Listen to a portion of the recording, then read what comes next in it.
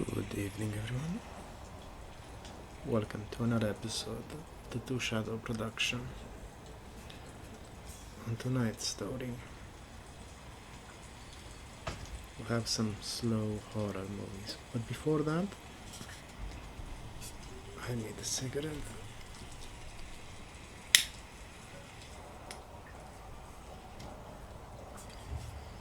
Crack our one open.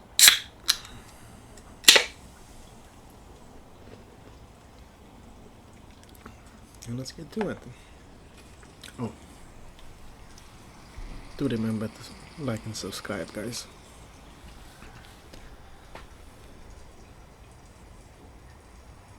First episode, The Quiet Ones. Wait outside. The knock at the window. The story begins softly, like a whisper floating through a long forgotten memory. You live in a small cabin tucked deep in the forest, where you close neighbors and the echo of your own footsteps. Every night the woods became heavier, almost like the trees leaned closer and listening. The first time it happens, you're half asleep. I knock, not on the door, nor on the wall, but on the bedroom window, just inches from where your head rests. I think a gentle tap, almost polite, almost curious. You open your eyes, but you don't sit up. The moonlight blends through the curtain on a faint strip, enough to show the outline of your room. The wooden ceiling, the quiet lamp, soft glow at the dying fireplace from the room. Nothing moves. You tell yourself it's a branch, a dream, anything else, maybe your imagination. But when the knock comes again, you start to doubt this time, slower, closer, like someone's dragging their fingertips across the glass, listening for your breath. You don't look. You don't want to look. Every instinct stays still. Minutes pass. The forest breathes. The wind waits. Eventually you drift back to sleep. But no, not in a peaceful way.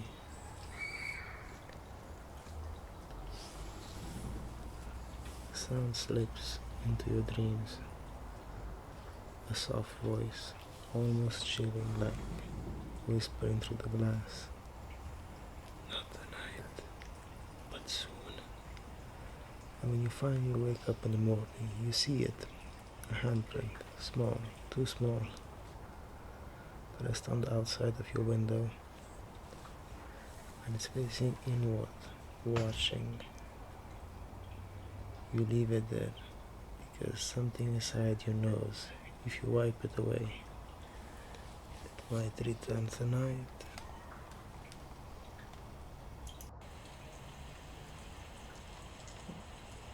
Where the road looks back. There's a rumor in Greenwich, Montana, a tiny, unmarked town near the Canadian border. People don't move out of Greenwich. They just vanish. Quietly, cleanly, almost polite. No bodies, no police, no searches. Just one day, you're in a grocery store, and then the next day, their house is empty, their car is in the driveway, lights on, dinner half cooked, like they disappear outside for a moment, and they never step back in. Locals say the town was cursed. Out of towners say the locals are drunk. Nobody can agree on what happens. But everybody agrees. One thing only. Great age makes you forget you're already there.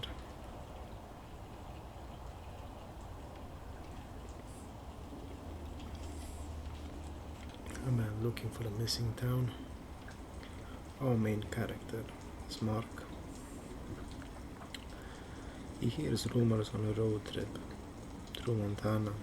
He loves true crime. A missing person, mysterious. So he decides to check the area. Touristing.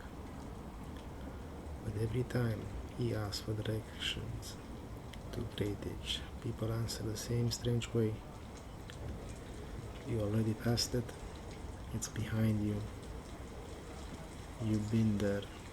You should leave before it remembers you. He laughs it off. Small town weirdos, right? He drives north, following his GPS into endless pines and rolling fog. All signs.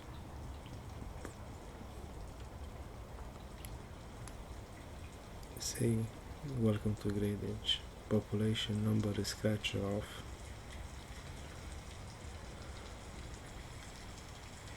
Mark frowns upon it. He has the strangest feeling, not that he's found something new,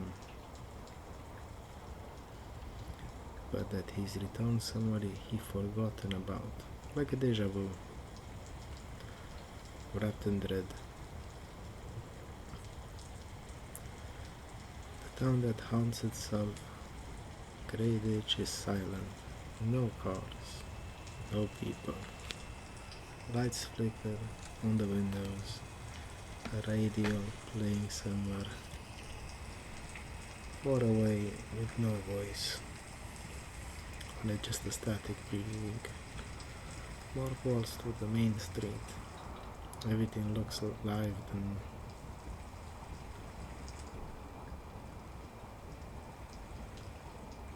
he looks through the houses, sees lights. Even gets out of the car, walks slowly past someone's window just to see coffee cups. You can still see the warmth, a newspaper from today, footprints on the dirt road, but not a single human being. He checks the dinner, half-eaten meals, a spilled drink, a door swinging slightly as someone opened it just seconds ago. He calls out, "Hello? Hello? Is anyone there?" His voice echoes too far from normal, like the empty town is bigger inside than outside. The loop Mark decides to leave it. He gets in his car, drives back towards the highway. After 10 minutes of trees and fogs, a sign appears, "Welcome, Great Ditch." He stares, that's impossible. He turns around, drives the opposite direction. 10 minutes later, "Welcome to Great Ditch." He tries another road, and another, and another. All came, the same sign appears every time.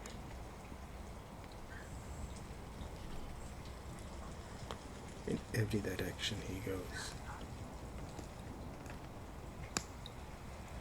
The roads all bend, curve slightly, then bring him back.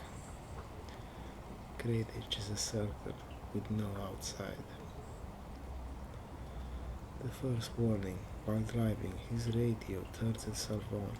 A voice whispers through heavy static, "Stop living. You live here now." Mark slams the power off.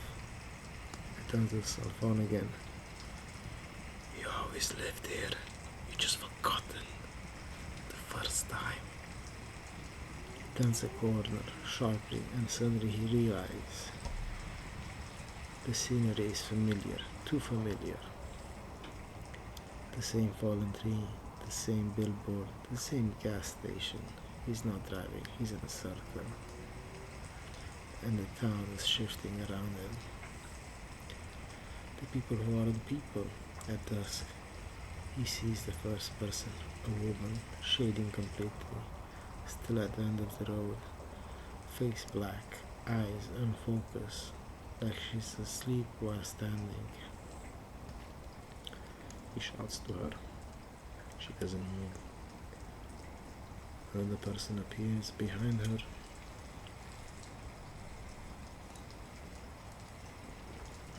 And then another. And another. And then there's more. And then there's a group. All facing him. All still. Dozens of them. Mark realizes slowly, horribly, these aren't people waiting for him. These are people who vanish. People who are still here, still breathing, still stuck on the same day, forever and ever. Locked between the remembering and the forgotten. One of them finally speaks, a man with a shaking voice. Don't try to leave. You'll only come back. Another whispers, we all did the same thing as you. The truth Mark backs away. The ground feels uneven, the air feels thick. The entire town feels like it's alive, breathing slowly. And then he hears something behind him. A voice identical to his.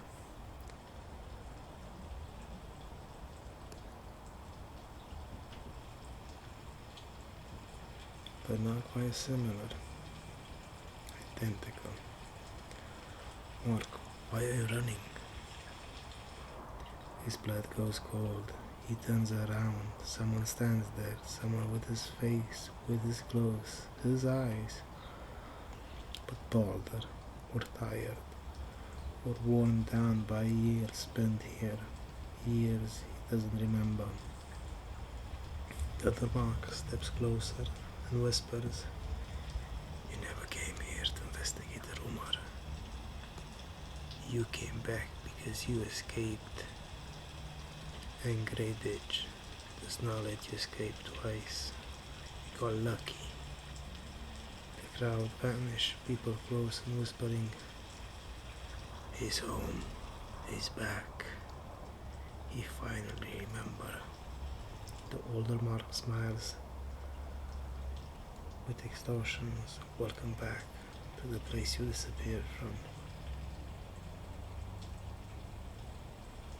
Mark tries to scream, but the town swallows the sound, swallows him, swallows everything he remembers, and the next morning, a driver passing through Montana asks a gas station clerk, hey, have you heard of the town called Grey Ditch? I heard people disappear there. The clerk shrugs. Never heard of it. Probably something you not think.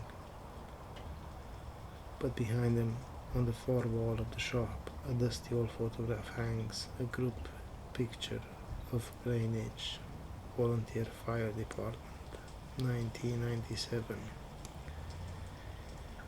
Every face is scratched out, except one. Except Mark, smiling, like he never left at all.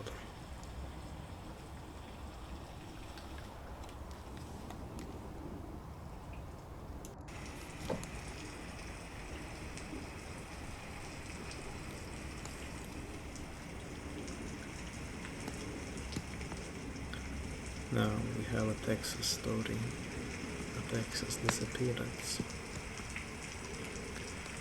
The ones in the oil field.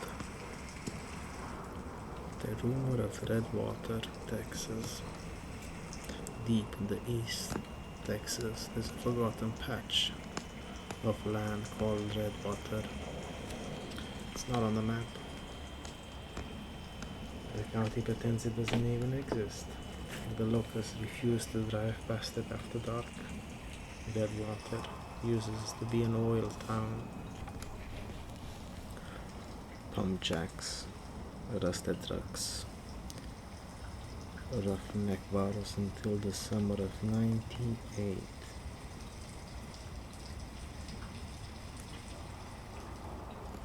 When 12 workers disappear in one night, no bodies, no footprints, just their gear, helmets, and blood sprayed in a long, sharp stretch across the land. The drilling platforms, streaks that looked like they were made by teeth. The official explanation was industrial accident. No one believes that, of course. They say something came out of the oil that night.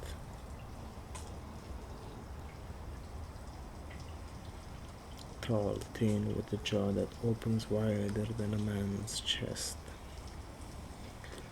The local calls it the cutter. And Redwater is where people go when they want to disappear. Searching for a missing woman in part 2. Our main character, Eden, is a paramedic from Houston. She thought, stubborn, and refused to walk away from a mystery. And her sister, Lena, went missing in Redwater a week ago. Her voicemail. You hear breathing, panic, metal scrapping, and then Eden, don't come here, don't. Aurora cuts her off. Something snarling, something mechanical, like chain spinning through the bone. The call ends. Eden drives to Redwater anyway.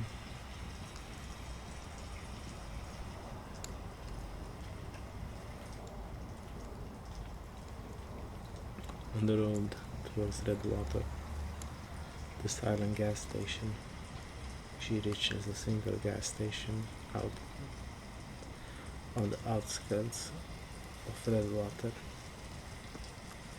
Lights flicker, door half open, country music playing on an old radio, but no one is inside, nobody.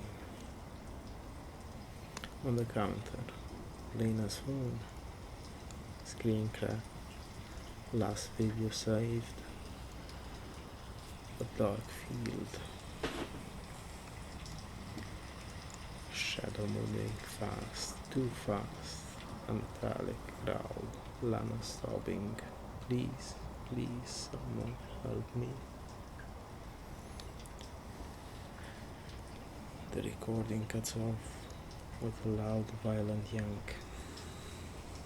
Eden's hands shake, but she forces herself calm.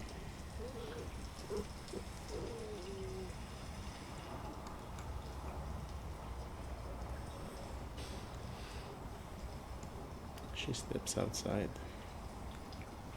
That's when she hears it. From far off, in an oil field, a chainsaw. A riving glow, not normal, not mechanical, more like something was alive, spinning through those blades. An old fields. At midnight, Redwater feels wrong. The sky too black, the wind too slow, and the ground vibrating like something is moving beneath it. Eden follows the sound down a dirt road, past the rusted oil pumps, through the woods, the noise, howling,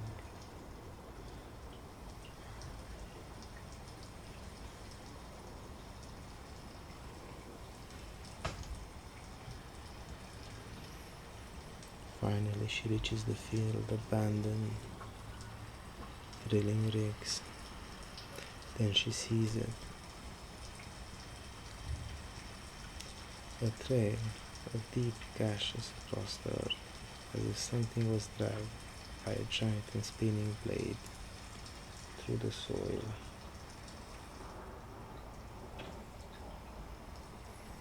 At the end of the trail, she finds a torn piece of Lana's jacket, still warm.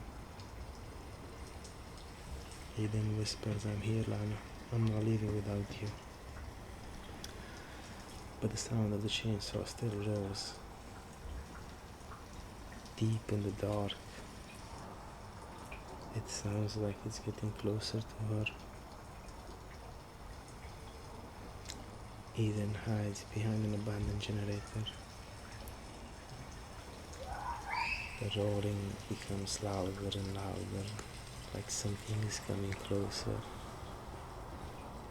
Then she sees it step into the moonlight. A tall, lanky, skin blackened and cracking like red oil. Her jaw splits open.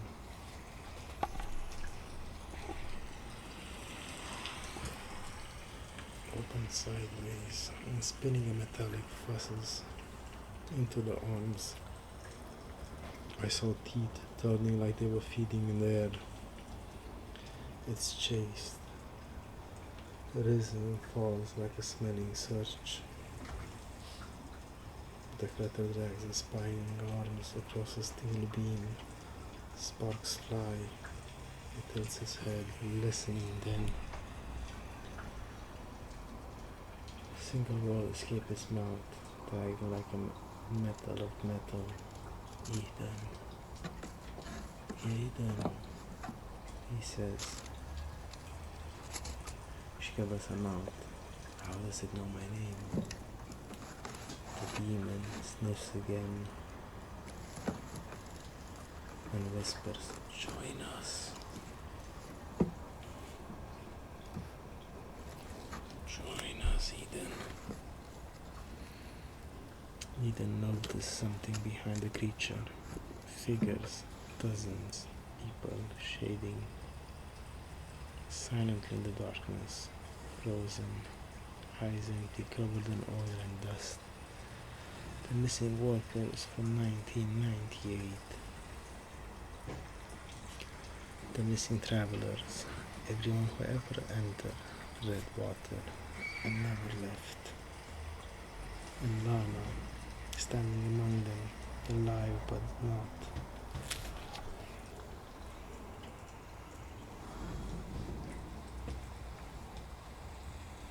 Alive but in the wrong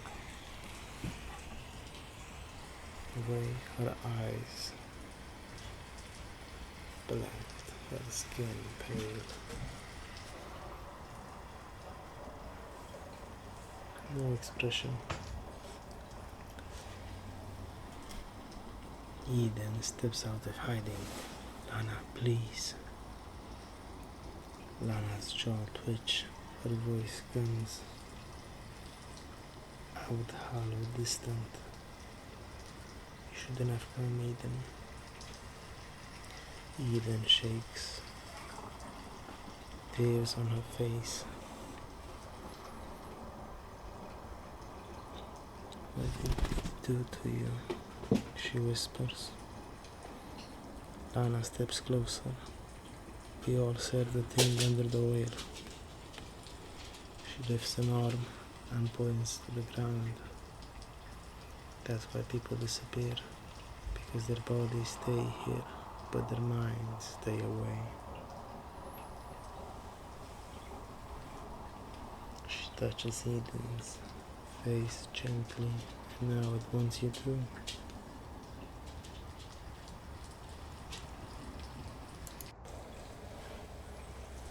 The ground opens. A sudden tremor shakes the earth. Oil bubbles up between the cracks. Dark hands, dozens of them, arise from the beneath. The soil grabbing Eden's boots, pulling her at the ankle. She screams, trying to kick free. The cutter lets out a mechanical roar, blade spinning faster, like it's excited. Lana leans down and whispers into Eden's ear. Red butter takes everyone eventually. Don't fight it. It hurts more when you fight. Eden fights anyway. She tears free, sprinting across the field. The demon charges after her, chainsaw arms, spinning so fast they light up in the night like fairy halos. Eden dives under a fallen pipeline. The demon slashes through like a butter. Sparks rain down. She crawls through the dirt, blooded, exhausted, screaming Lena's name. Behind her, she hears the crowd vanish. People in broken voices shouting, "Join, join, join." Eden collapses beside an old drilling well. Suddenly it stops. The chanting, the footsteps, even the cutter's blade.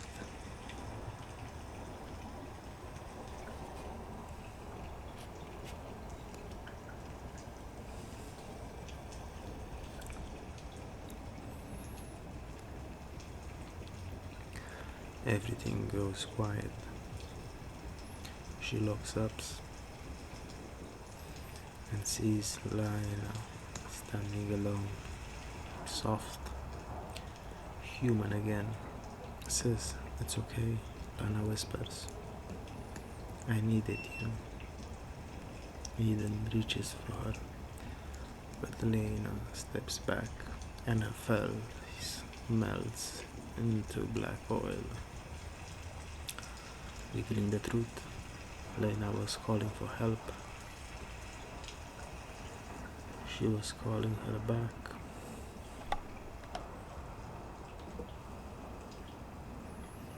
Calling her to the same fate. Eden looks around in horror. She's surrounded by the missing, all staring, all whispering her name, and then from behind the cutter walks slowly toward her, arms lowering as she's offering her a gift or a choice. Become like us, it growls, voice spitting into the night, or stay here forever. The next morning, a trucker drives past the abandoned gas station. He sees the paramedic vehicle parked beside it. Door open, lights on, no one inside. He calls the sheriff. But when they return later, the car is gone. Only one thing left behind. A trail of deep, sharp marks in the dirt. Like someone dragged spinning chains towards the oil fields and never came back.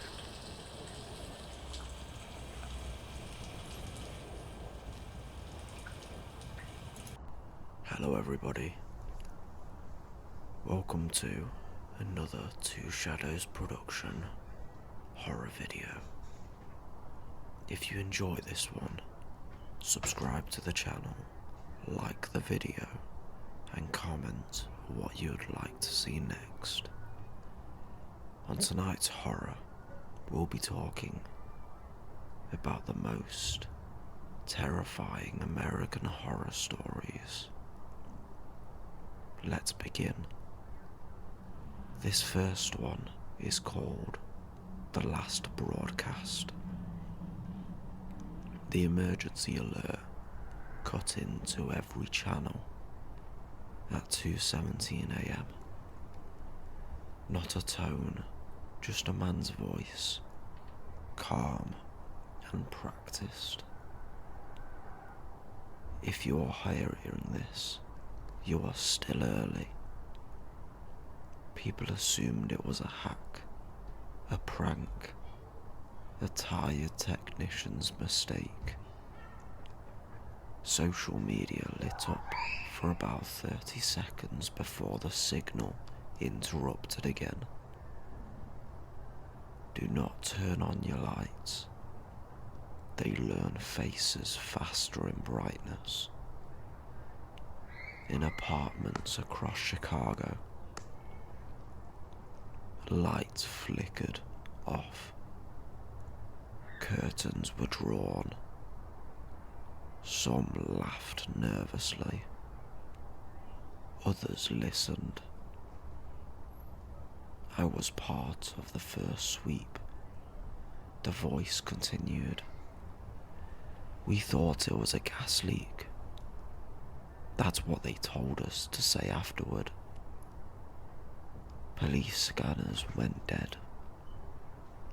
Cellar service lagged. The voice kept returning, slipping between channels, radios, baby monitors.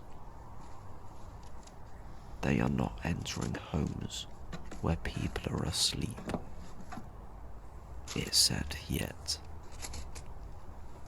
By 3:01 a.m., the city was quiet, in a way it never had been.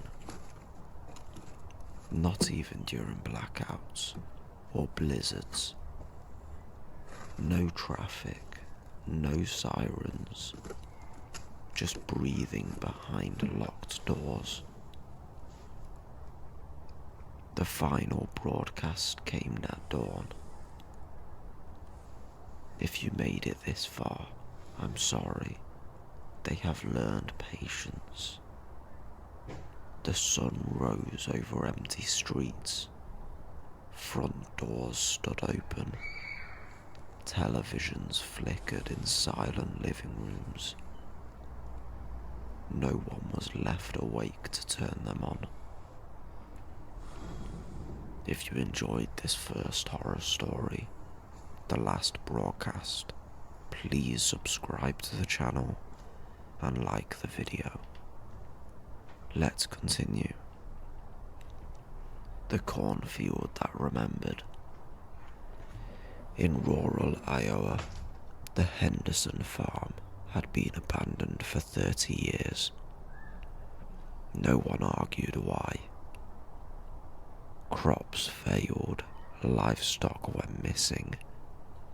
The land itself felt aware. When developers brought it cheap, they planted corn. By mid-July, the stalks were too tall. Taller than they should have been. They bent toward passerby like listeners, leaning in.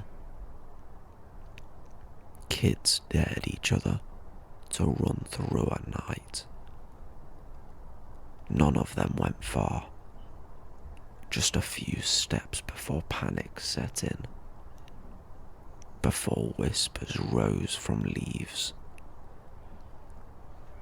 The whispers sounded like names. One night, a boy named Eli went farther than the rest. His friends watched his flashlight bob between the rows until I stopped moving. They heard him scream once. Search teams found no body, no footprints, no signs of struggle.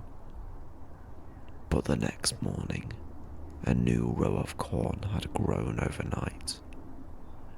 Shorter, twisted, shaped unnervingly.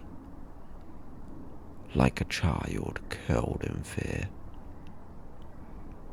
Every year after, when someone went missing in the county, the corn grew strange again. The land hadn't forgotten the Hendersons. It was still feeding. That was the end of story 2. Once again, if you enjoy the videos like this, please subscribe to the channel and like the video. Room 417 is occupied. The motel outside Flagstaff advertised vacancy year round. Clean sheets, cheap rates, no questions. Room 417 was never rented. Housekeeping was told it was under renovation, though no tools were ever inside. The door stayed locked. The light beneath it stayed on. One night, a storm flooded at the first floor.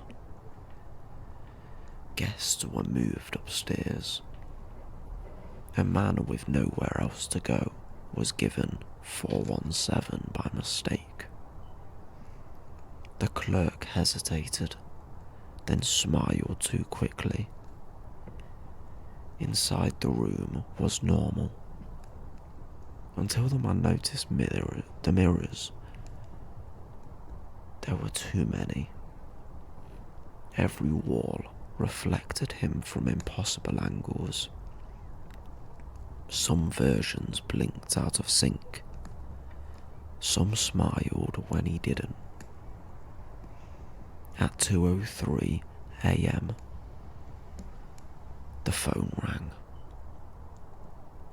"Thank you for checking in," a voice whispered. "You're right on time." The mirrors began to fill, not with him, but with others. Hundreds of faces, all watching, all waiting.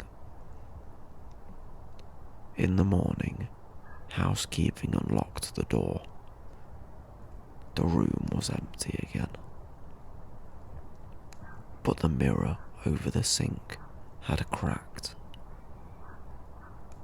Something had tried to leave. That is the end of story 3. We have 2 more to go. If you haven't, a subscribe helps a lot. Liking the video shows that you would like to see more like this. Let's continue with story 4. The Appalachian recording. A cassette tape was found nailed to a tree deep in the Appalachian mountains. No label, no date. A hiker took it home. The recording began with static, then heavy breathing. "I don't know how long we've been walking," a woman said. "The trails keep moving." Her voice echoed unnaturally, as if the forest itself were replaying her words. Another voice, male, frantic, cut in. "It's copying us. It learned my voice an hour ago." Something screamed in the background. "Not animal, not human. We're not lost," the woman whispered. "The mountain is. The tape ended with footsteps circling the microphone. Slow, curious. When the hiker finished listening, his phone buzzed. A voicemail. Static. Breathing. Then his own voice whispering, "I think it's following me home." That is the end of story 4, the Appalachian Mountains. If you enjoyed, please subscribe and like the video and comment what you'd like to see next. On to story 5, the town that voted yes. The referendum was simple. Allow the company access to the old mine beneath the town. Jobs would return, schools would reopen, everyone would benefit. The vote passed 98%. Drilling began immediately. The earth protested. Sinkholes, tremors, a sound like something knocking back. Then people started sleeping better. Too well. Whole days slipped by unnoticed. Children stopped dreaming. Dogs refused to go outside. The mine workers came back pale, quiet, compliant. One night the town sirens sounded. Not for fire, not for flood. A voice replaced it, deep and collective. Thank you for consenting. The ground split open beneath Main Street. Something vast shifted below, stretching after a long confinement. The last thing the town heard was its own applause, echoing back from the dark. They had voted, and it had been accepted. That is the end of these 5 most horrifying American horror stories.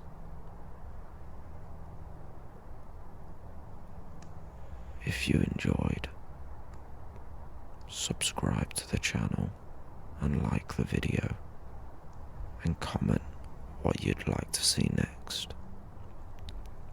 If you have any of your true story submissions, send them to the email in the description. Good night, everybody.